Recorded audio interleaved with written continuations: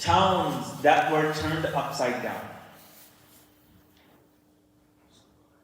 You will find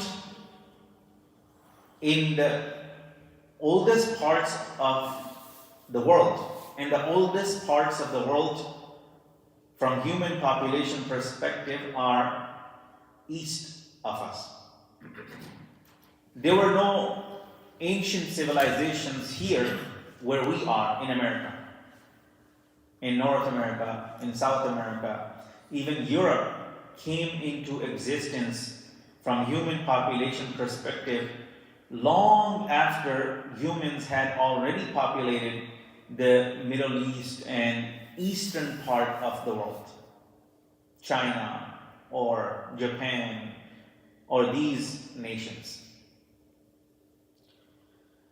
So we have been steadily discovering many of those nations that were turned upside down. Buried nations.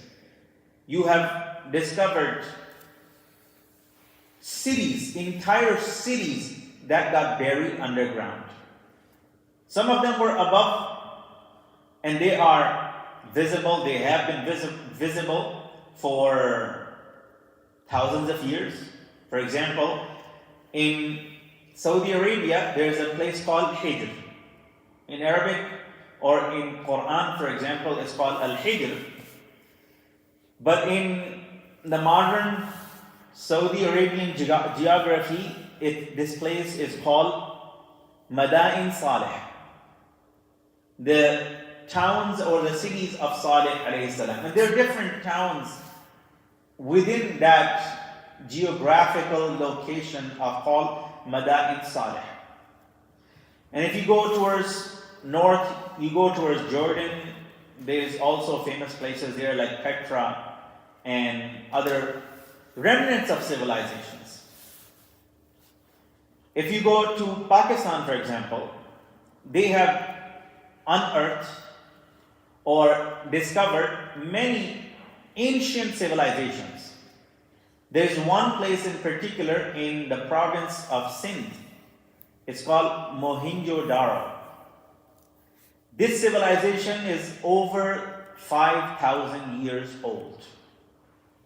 What's left of it is just the remnants.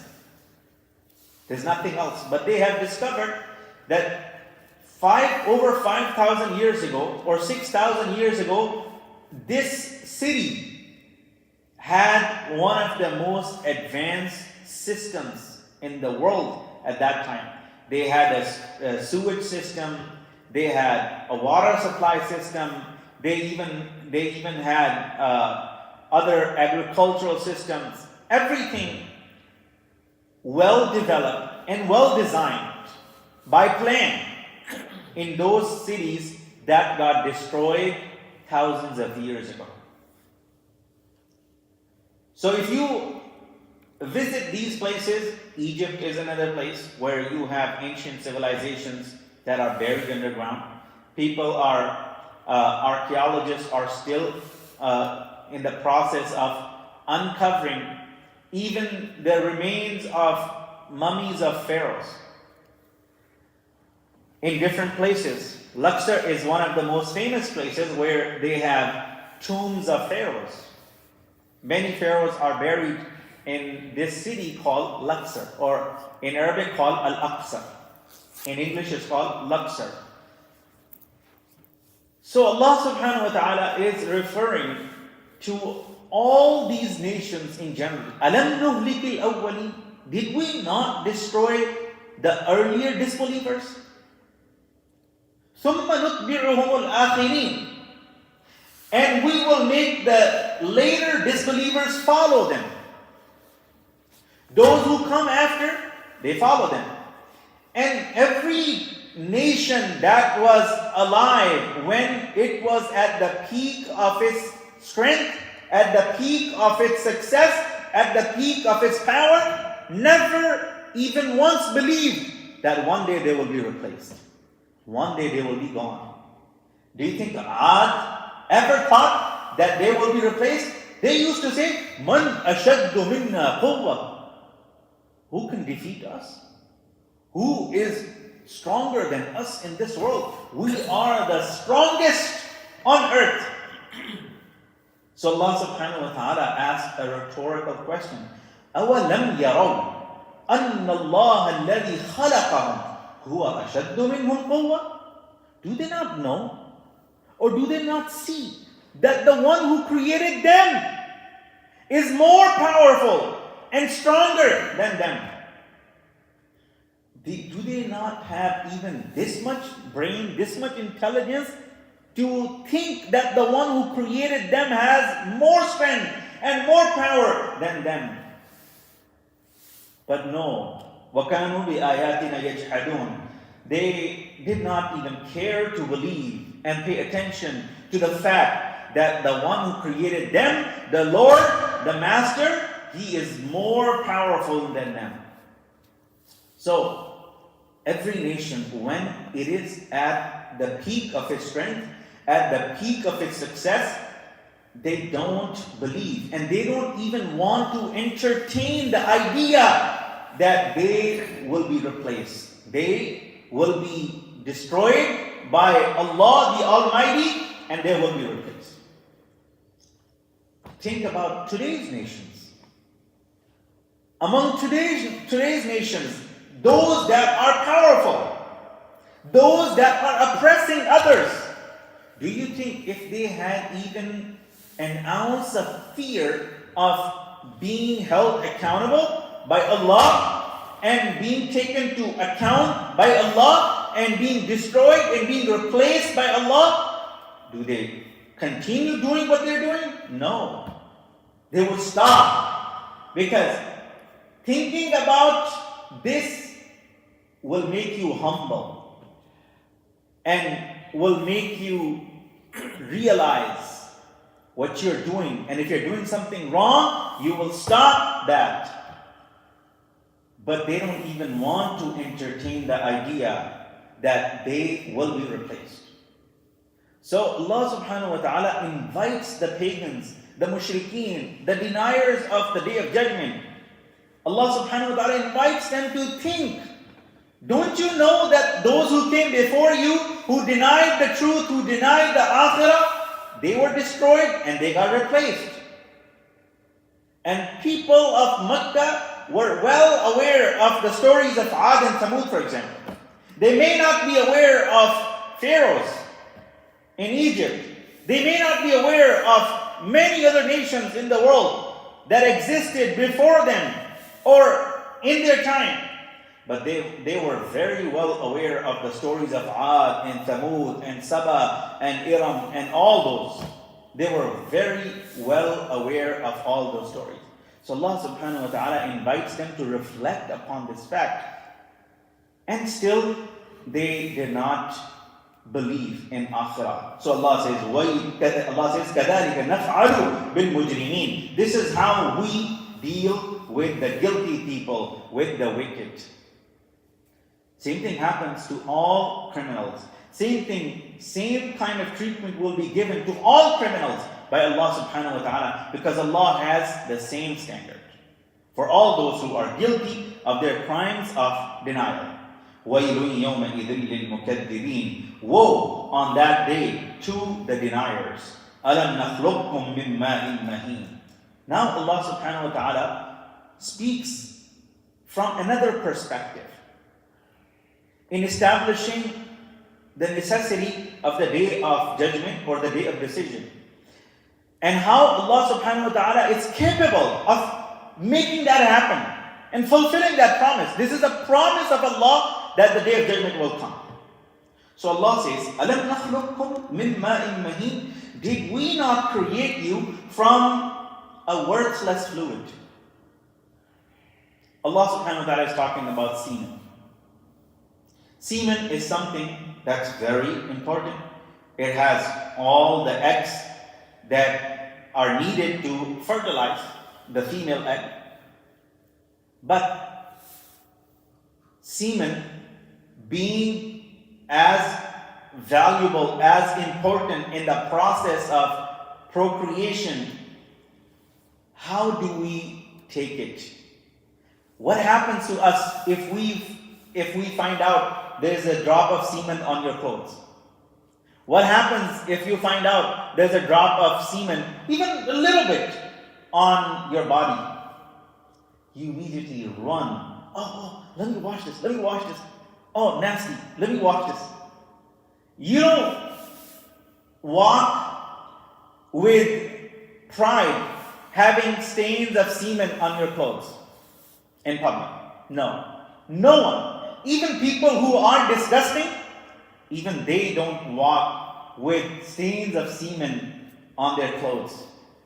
And if it touches the body, you want to wash that part as soon as possible. Rather, you just go and take shower, full shower, to make sure that it's gone. That's the beginning point of your creation. If there was no semen, you wouldn't be born. That's how important semen is in the process. Yet, that's how low and that's how worthless this fluid is in the eyes of people. But it is the beginning point of your creation. أَلَمْ نَخْلُقكُم مِّن مَّاءٍ مَّهِينٍ. Did we not create you from a worthless fluid, despicable fluid? فَجَعَلْنَاهُ فِي قَرَارٍ مَكِينٍ. Placing it in a secure place. Allah subhanahu wa ta'ala allowed that fluid to reach the womb and then it got secured in there. Now think about what happens when the fertilization takes place. When the male egg meets with the female egg and the fertilization begins, now there's a whole process that kicks in from Allah subhanahu wa ta'ala. No one is watching that process and guarding that process except Allah subhanahu wa ta'ala. And Allah subhanahu wa ta'ala makes it so secure that unless there is a very big shock or major incident, that process remains secured. Whatever is developing in the baby, in the womb, whatever baby is developing in the womb, from its earliest stage all the way to its final stage, remains secure. Unless something major happens, it remains secure. Even when you think about abortion, abortion is the artificial way or manual way of damaging that or destroying that. It's not easy. Why do you think so many women will be reluctant to go through the process of abortion? Because it's not easy, first of all, then it is bad for their body. A woman who does abortion, it damages their body as well. It's harmful to their body as well. So that's the forced way of damaging that process. And then it has consequences. So Allah subhanahu wa ta'ala says, فَجَعَلْنَاهُ فِي قَرَارٍ مَكِينٍ. Then we put that sperm, that fluid, in a firm place to rest. إِلَى قَدَرٍ مَعْلُومٍ. For a certain period that only Allah knows. For some, the pregnancy will last as long as 9 months. For some, it will be a little bit longer. For some, it will be a little bit shorter. The exact time of how long the sperm will stay in the womb is only known to Allah subhanahu wa ta'ala. Your doctor will have a calculation. Your gynecologist will tell you an estimated day of delivery. And that too after some time, not from the day you conceived. After some time, the doctors will do some math, they will do some calculation, and they will tell you your estimated day of delivery is going to be this or that. It's not certain. No doctor will tell you that for sure your day of delivery is going to be this. Allah knows that the exact date of delivery. إلى قدر معلوم. معلوم يعني إلى الله سبحانه وتعالى. Only to Allah subhanahu wa ta'ala it is known for sure what is the date of delivery is going to be. فَقَدَرْنَا. We did all this with perfect measure, and we were capable of doing all of this. فَقَدَرْنَا. We were fully capable of doing all of this. فَنِعْمَ الْقَادِرُونَ. We are the best to measure, and we are the most capable. So if we are able to bring you into existence from nothing, from that despicable fluid, don't you think we can recreate you after this life? After you die, you don't think that we are able to bring you back into life after death? Subhanallah. Allah subhanahu wa ta'ala is amazing how He presents the argument. That's why when Allah presents the argument, no one has any question or objection to it. Because Allah subhanahu wa ta'ala absolutely, with absolute perfection, presents the argument.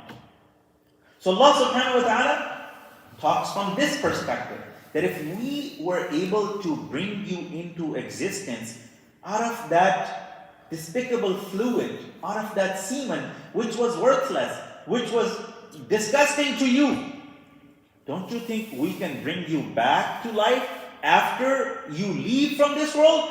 After we brought you up, we made you strong, we reached you all of that, and then you died? You think we don't have the power to bring you back into life? Subhanallah. فَقَدَرْنَا فَنِعْمَ الْقَادِرُونَ. That's why then Allah says, وَيْلٌ يَوْمَئِذٍ لِلْمُكَذِّبِينَ. Woe on that day to the deniers. Even after this, if you fail to understand that Allah has the power to bring you back into existence, and Allah has absolute control over that, then woe to you, woe to the deniers. Then if you think you are intelligent, you're wrong. You are not intelligent. أَلَمْ نَجْعَلِ الْأَرْضَ كِفَاتًا. Now, Allah subhanahu wa ta'ala presents another aspect of this argument. Allah says, have we not made the earth a lodging or a container that collects أَحْيَاءً وَأَمْوَاتًا, for the living and for the dead? The earth is like a vessel, a container that has everything that you need to live. Not only for you. How many people are alive on earth right now? How many? Huh? Almost 8 billion. You are behind. Almost 8 billion, if not already exceeded. They haven't done a collective calculation yet. Almost 8 billion. 8 billion people, just human beings.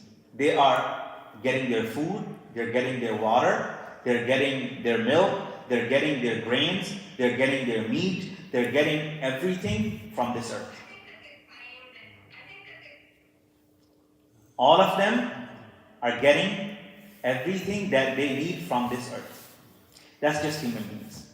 How many other species live on earth, live on land and live in water? Because we have life on the land beside the human beings, and we have life, countless life in the ocean. We have marine life that you and I can't even count. You and I can't even think about.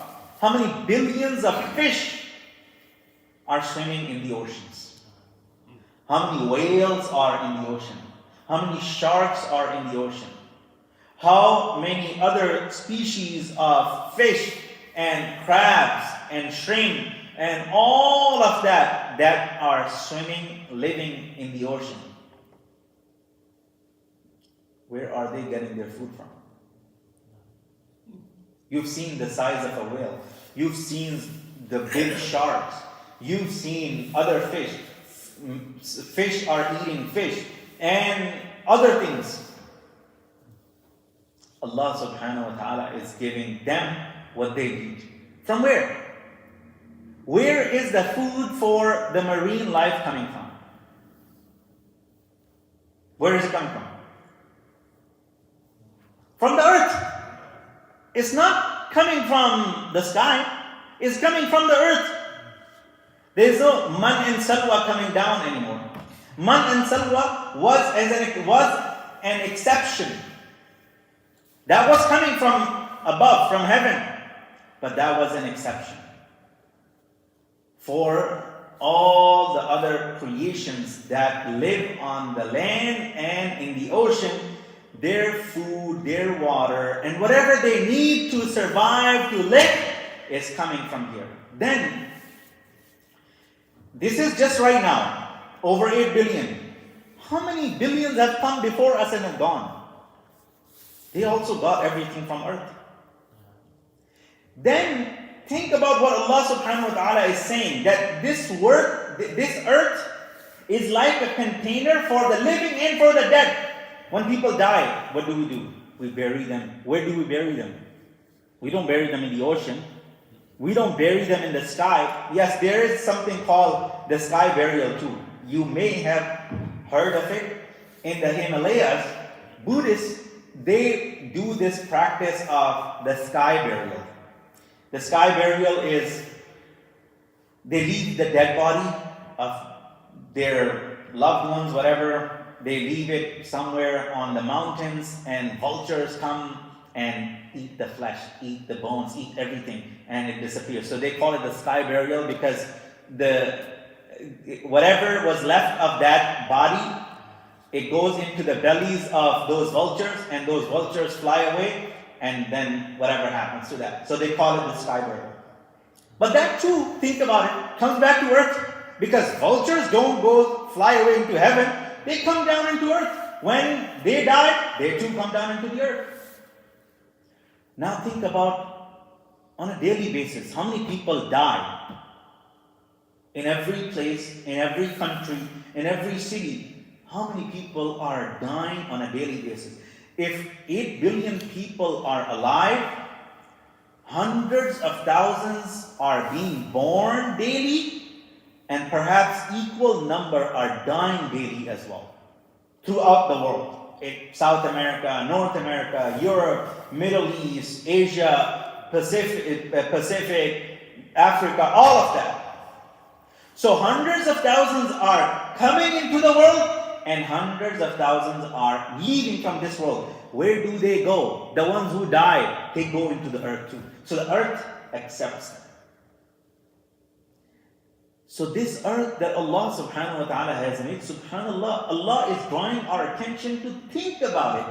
That earth is the everything for you. You're not getting anything from Mars. You're not even getting anything from the moon. You're not getting anything from any other planet. You're not even getting anything from the sun except the heat and the light.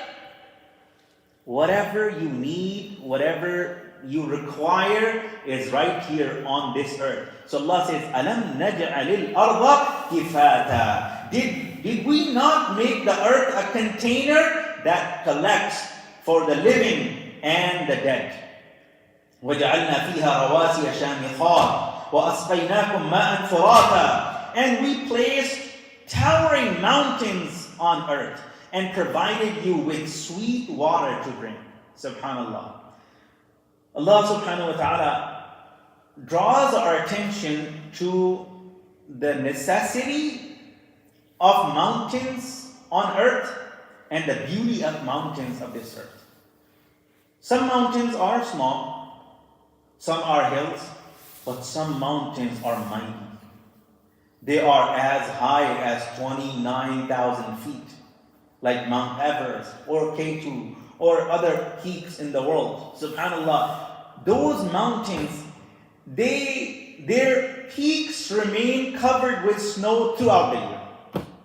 You can go to Mount Everest anytime, or K2 or other mountains in that Himalayan range or Hindu Kush range or those Karakoram, and you will realize that those mountains, perhaps above 16,000 feet, their peaks remain covered with snow at all times.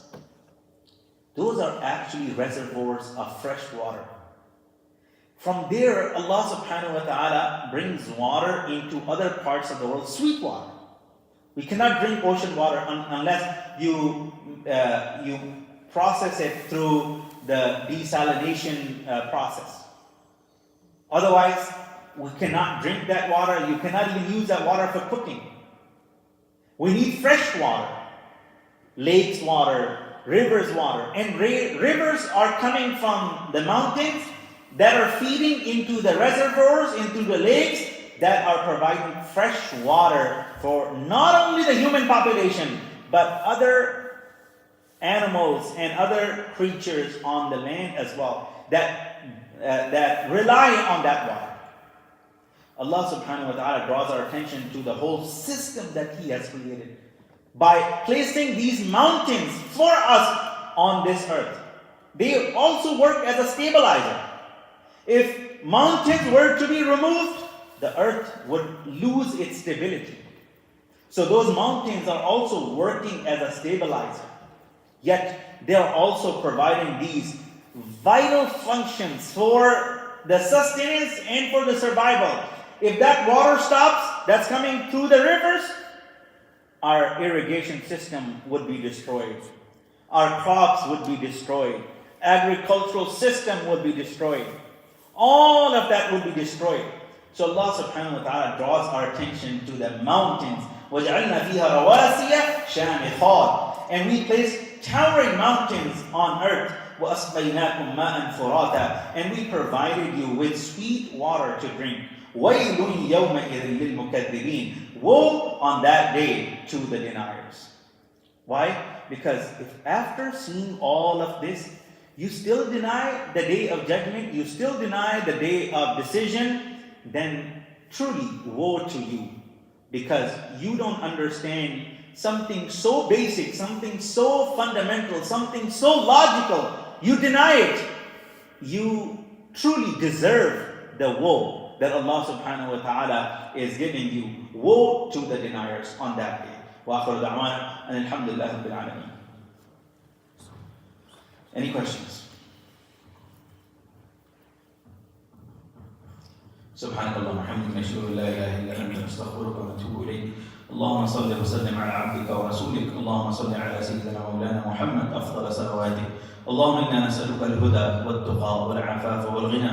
اللهم إنا نسألك العفو والعافية والمعافاة الدائمة في الدين والدنيا والآخرة. اللهم حبب إلينا الإيمان وزينه في قلوبنا وكره إلينا الكفر والفسوق والعصيان واجعلنا من الراشدين. اللهم استر عوراتنا وآمن روعاتنا. اللهم احفظنا من بين أيدينا ومن خلفنا وعن يميننا وعن شمالنا ومن فوقنا وأن نغتال من تحتنا. رضينا بالله ربا وبالإسلام دينا وبمحمد صلى الله عليه وسلم رسولا ونبيا. ربنا آتنا في الدنيا حسنة وفي الآخرة حسنة وقنا عذاب النار. ربنا تقبل منا إنك أنت السميع العليم وتب علينا إنك أنت التواب الرحيم. وصلى الله تعالى على خير خلقه محمد وعلى آله وصحبه أجمعين برحمتك يا أرحم الراحمين.